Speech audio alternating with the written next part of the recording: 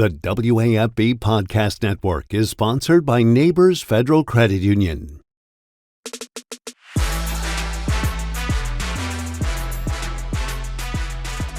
Hey everybody, welcome back to Game Time with John Eads. Pleased to be with you. We got some more LSU Fall Camp intel and observations to bring you today as we continue through Week 3, leading into Week 4, which is otherwise known as USC Week, because the season opener is coming up next weekend. If you can believe it, it's really snuck up on us. So some things to share today with you from the final opportunity that the media was allowed to go to practice and film the practice before the season here. Usually during the year we can't go and see things week to week.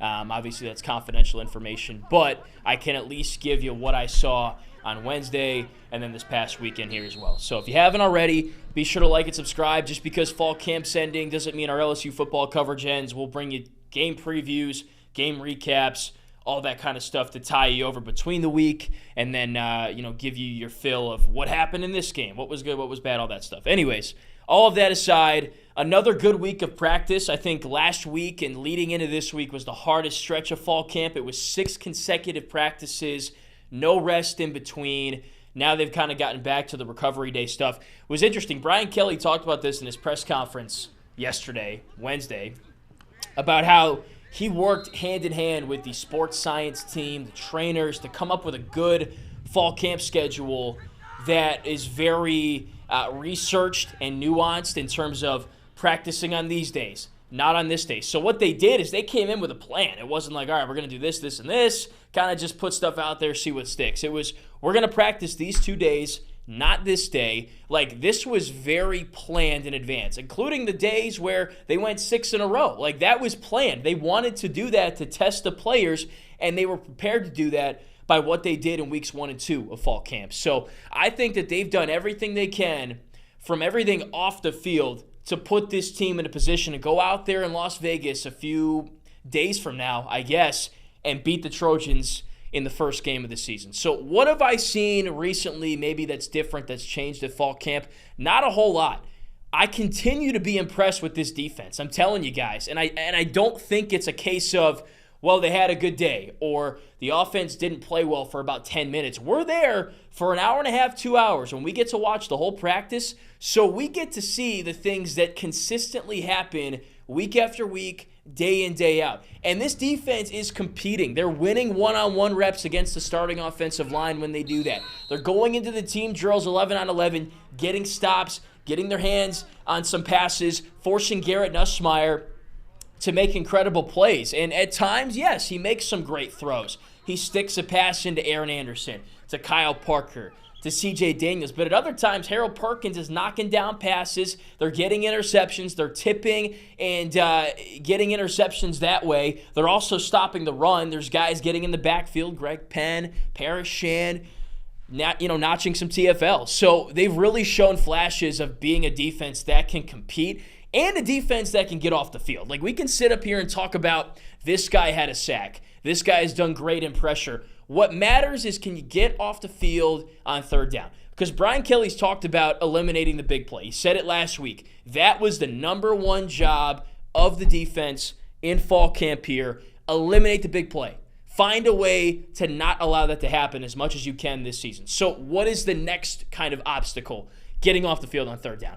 And this defense didn't do it at all last year. They were terrible at it. But that's Blake Baker's specialty. He's brought in his system. They've brought in the coaches that they brought in, the revamped staff on the defensive side, to get off the field on third down.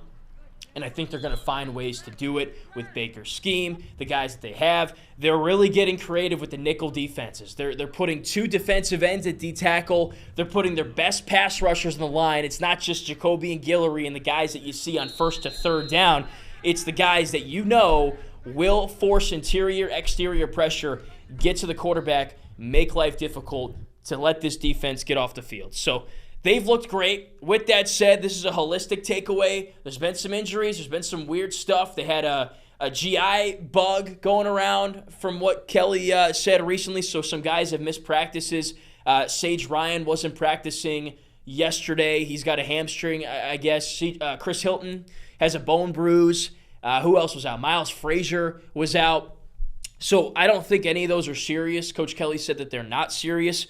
But, I mean, that season opener's coming up, right? So you want guys to be practicing as consistently as they can, and they weren't at practice. So what was impressive to me, though, was that gave LSU a chance to demonstrate the kind of depth it has. Now, they may not be very talented up front on the D-line, right? Like, their starters might not be All-American, All-SEC first-teamers, but they've got depth. They've got 7-8 guys that can come in comfortably that are trusted by the coaching staff to hold down the responsibilities. And it was demonstrated on the offensive side, too. So no Chris Hilton meant Kyle Parker got more reps at wide receiver. And he had probably the best day he's ever had as an LSU Tiger. He caught a lot of passes in 7-on-7 in the team drills. He was a consistent weapon, target for Garrett Nussmeier and the other quarterbacks, and he may have had the play of the day. It was a 4th down and 2 from 20 or so yards out. Nussmeier throws a one-on-one ball, kind of a fade, corner route to the pylon near side, and Parker beats J.K. Johnson, a guy that was playing starting cornerback as Sage Ryan wasn't practicing, for a touchdown. Now, that can mean one of two things. The secondary might be in trouble again, or Kyle Parker just made a great play and he needs more playing time. Could mean either of those things, but it demonstrates the depth. Like, I think they are loaded at wide receiver. They've got plenty of guys at defensive line. That might be the difference this year versus last year. And Coach Kelly said it himself. This team will be good because of the sum of its parts, not a couple guys here and there. I think overall it's just a better team. They've got more depth at more positions. Is it elite? We will find out starting with the season opener against USC. So not many changes to the defense aside from the guys that were injured not playing in terms of starters and things of that nature. It's been a lot of the same consistent guys in that starting defense since the first day of fall camp. So in the next segment of Game Time with John Eads, which you should check out, by the way, I'm going to be projecting, I'm going to say projections, but it's really not projections because it's been the same guys all month, what the offensive and what the defensive depth chart will look like. So big takeaways from the most recent fall camp practices really is that it's a back and forth. The defense has looked good, consistently getting stops. I expect them to be a lot better this season versus last year. Not just because, oh, well, obviously they're going to be better because they were so bad last year, like historically bad. No, like they're legitimately going to be better. And they're going to show you game one. They can get stops. They can be a potent defense in the SEC this year. So if you enjoyed this, be sure to like and subscribe. Check back for the next episode. We'll be with you all season covering LSU football and every other Tiger sport, everything else that's going on sports-wise in South Louisiana.